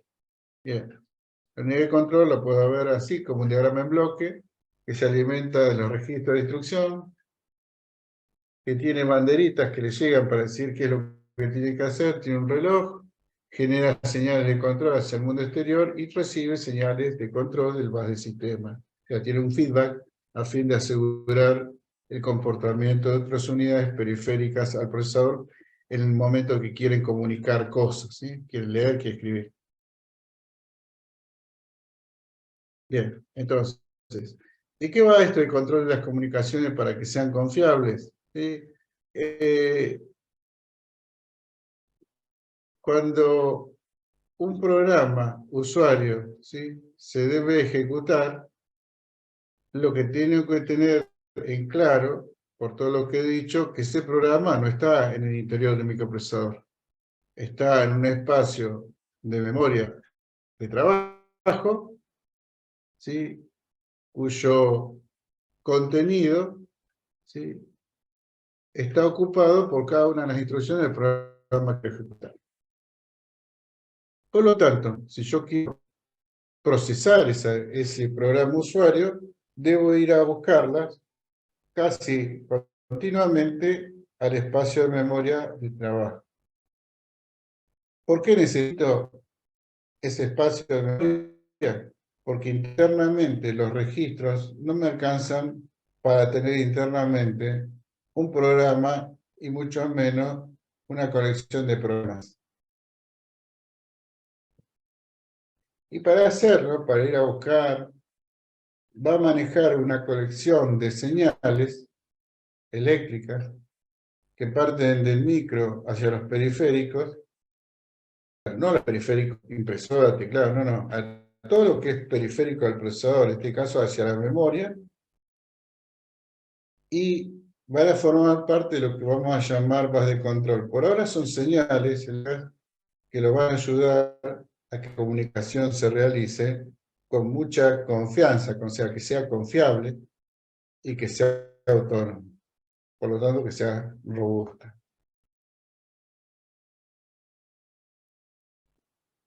Yo no quiero que mi máquina necesite de una supervisión humana, no necesito tener dudas sobre los resultados, como ya hablamos en el momento de la información.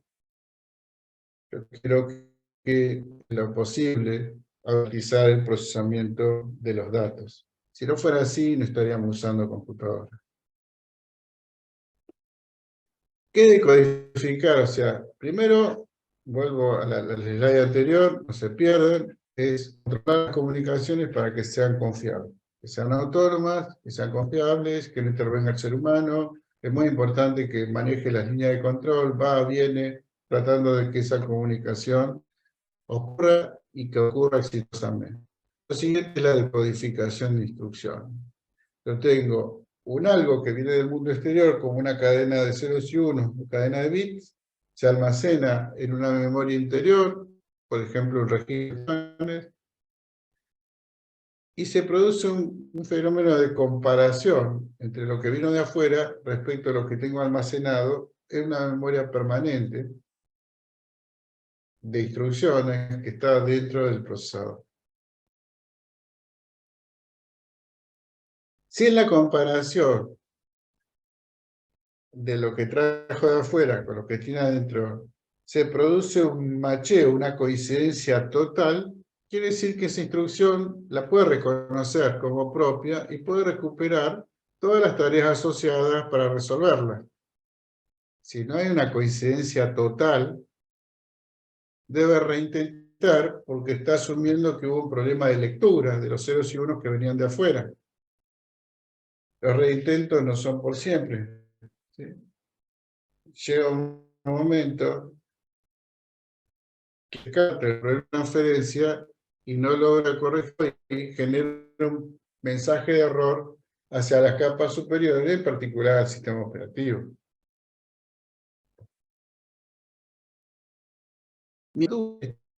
Este proceso de decodificación, el registro de instrucción mantiene la instrucción en curso mientras el contador de programa actualiza su contenido apuntando a la siguiente. ¿Sí? Apunta a la posición de la siguiente instrucción en memoria.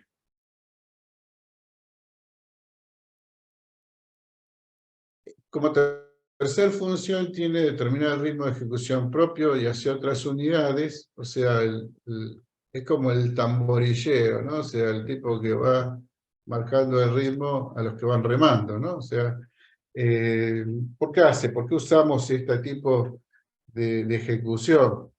Porque tratamos de que lo haga en forma sincrónica. Los eventos que tienen lugar no necesariamente son sincrónicos. Ahora, en la comunicación, para que sea exitosa, tiene que alcanzar la sincronía. Tenemos que ir latiendo al mismo ritmo. Entonces, si bien adentro la energía eléctrica es continua, yo tengo que de alguna forma generarme un reloj, un algo que oscila internamente, definiendo una señal de referencia.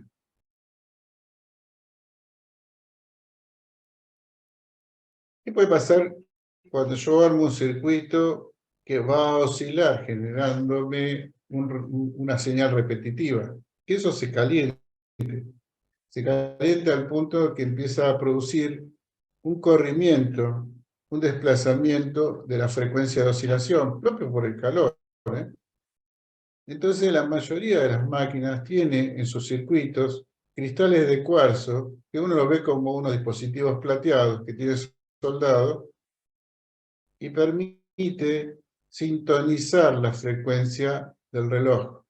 De esa manera, tener un buen reloj patrón es recontra útil, no solo para manejar la hora de la máquina perfectamente, sino para que los ritmos de los osciladores que se tomen de base de ese reloj patrón estén en fase, no sufran corrimiento, no sufran diferencia y van a hacer posible que ensamblen correctamente los momentos a la hora de intercambiar mensajes entre dispositivos.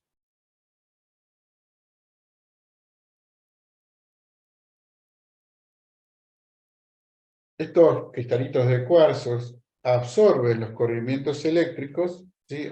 Absorben los corrimientos de frecuencia porque están cortados, están tallados de una forma especial para que se sintonicen a una frecuencia determinada de oscilación. Es bastante utilizado, ¿no? De ahora hace muchísimos años, esa sintonía con un cristal de cuarzo.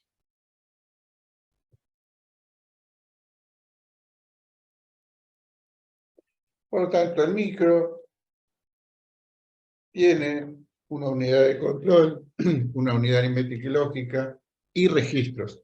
Registros de propósitos generales, registros dedicados. Deberá tener canales internos que los conecten a unos contra otros y a su vez se van a reflejar hacia el exterior como buses, ¿sí? Como canales con los cuales irá o recibirán su designación de acuerdo a lo que por dentro de ellos circula. Y también tendrá internamente una memoria de instrucción que se va a asociar con la unidad de control, que va a hacer uso del registro del bus interno, que va a depositar su contenido en registros y va a ser utilizado a la hora de decodificar una instrucción. Un procesador dedicado, ¿sí? O sea, más allá del microprocesador principal, podemos llegar a tener procesadores cuya función es única. Uno de los chicos me pregunta si VAS tiene alguna traducción al español. En general, recién ahora, la palabra VAS se va a usar en mucha gente que habla por la tele, por todos lados, como la palabra colectivo. Nosotros cuando nos referenciábamos al colectivo, nos referíamos al colectivo como medio de transporte automotor. Realmente la palabra colectivo es una colección de... En realidad, cuando uno usaba un colectivo, era una colección de personas que viajan en un transporte común. Sin embargo, no sé, algunos que han viajado, qué sé yo, van volcando en la tele cosas como el colectivo de los jubilados, el colectivo de los niños, el colectivo de los estudiantes. Es una colección de algo. ¿Qué es el VAS? El VAS es una colección de alambres, de cobres, sobre el cual circulan ceros y unos. ¿Sí? A mí me pasó cuando viví en España, yo iba a estudiar a la Politécnica de Madrid y el último bus se iba a las 9 de la noche. Después se apagaba todo, se ponía la luz de emergencia y aparecía solamente la custodia. Y un día no sé por qué me pasó, yo no conocía bien el edificio y salgo corriendo ya con las luces de emergencia, porque después me quedo encerrado, ¿no? Y fui a parar a otro lado. Y yo buscaba la parada de colectivo, entonces le preguntaba a los pibes que estaban ahí dónde estaba la parada de colectivo, y miraban el colectivo de qué, hasta que me avivé que era el bus, ¿no? Para ellos es el bus, ellos dicen bus al colectivo, nosotros le decimos colectivo, ¿no? La palabra base significa colectivo y es una colección de cosas, en este caso es una colección de alambre, pero le decimos bus, ¿sí? Podemos decir de cables, sea colección de cables, etcétera, etcétera, que es un poco lo que vamos a ver luego a continuación.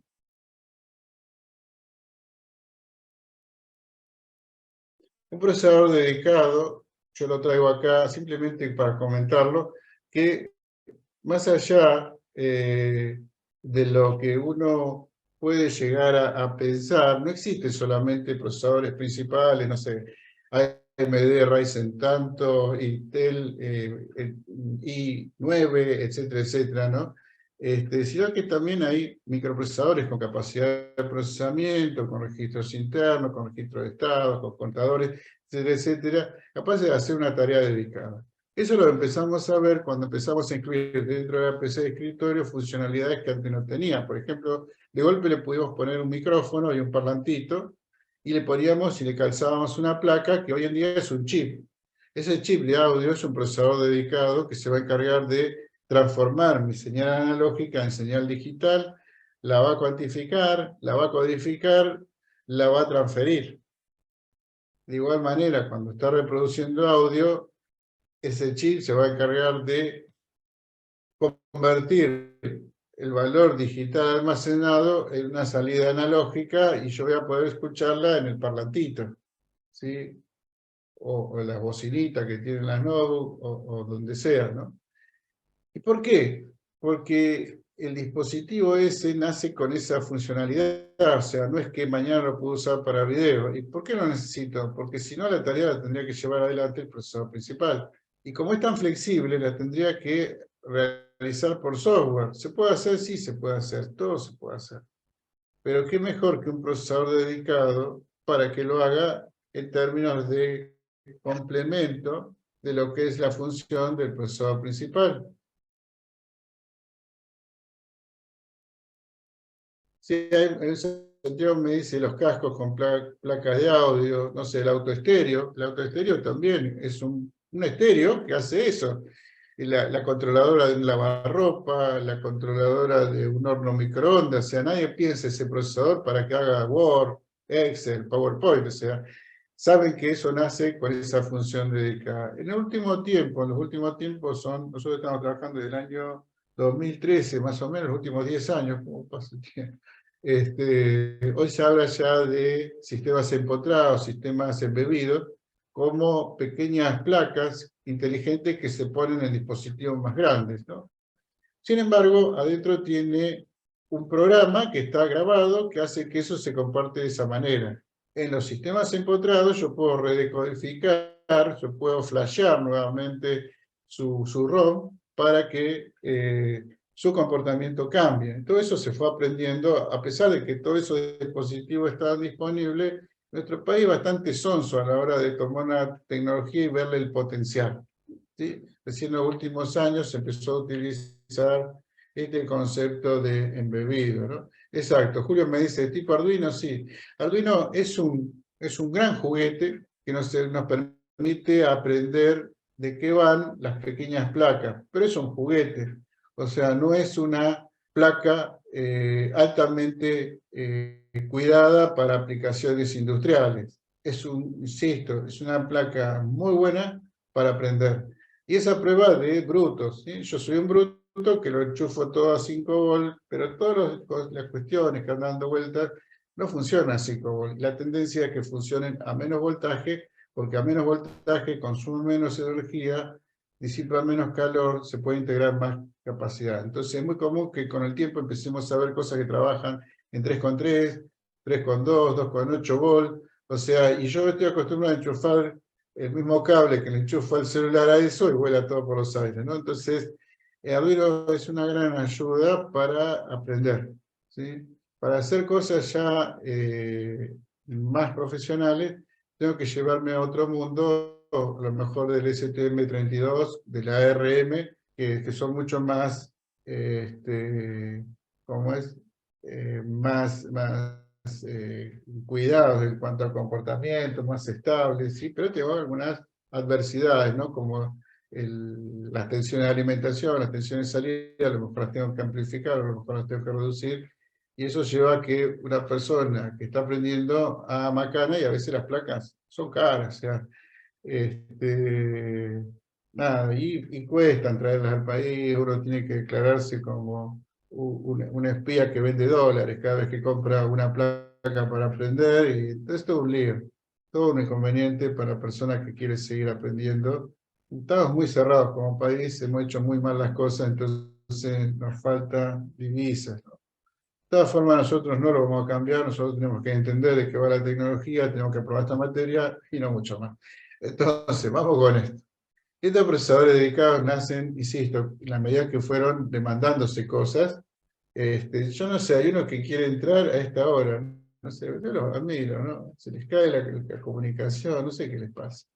Entonces, estos chips nacieron para ayudar al procesador principal con funciones propietarias. Como yo le decía, el autoestéreo tiene un procesador dedicado, el equipo de audio tiene un compresor dedicado, un procesador hecho para eso, la tele también. Bueno, la tele tiene un procesador un poco más flexible, se banca algunas cosas, ¿no?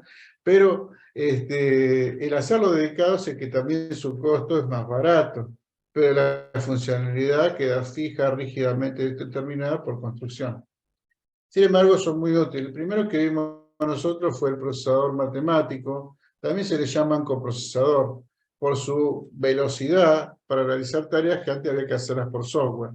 Los procesadores matemáticos eran tan útiles que con la construcción de las PC de escritorio había un zócalo, o sea, un zócalo es un elemento sobre el cual yo enchufo, ni siquiera yo clavo el procesador, y al lado había otro zócalo para poner el coprocesador matemático, y eso le da una potencia realmente importante a la máquina, al punto que con el tiempo, con los niveles de integración, de poner cosas dentro del mismo encapsulado, ese coprocesador matemático está incrustado actualmente dentro de los procesadores de propósito general.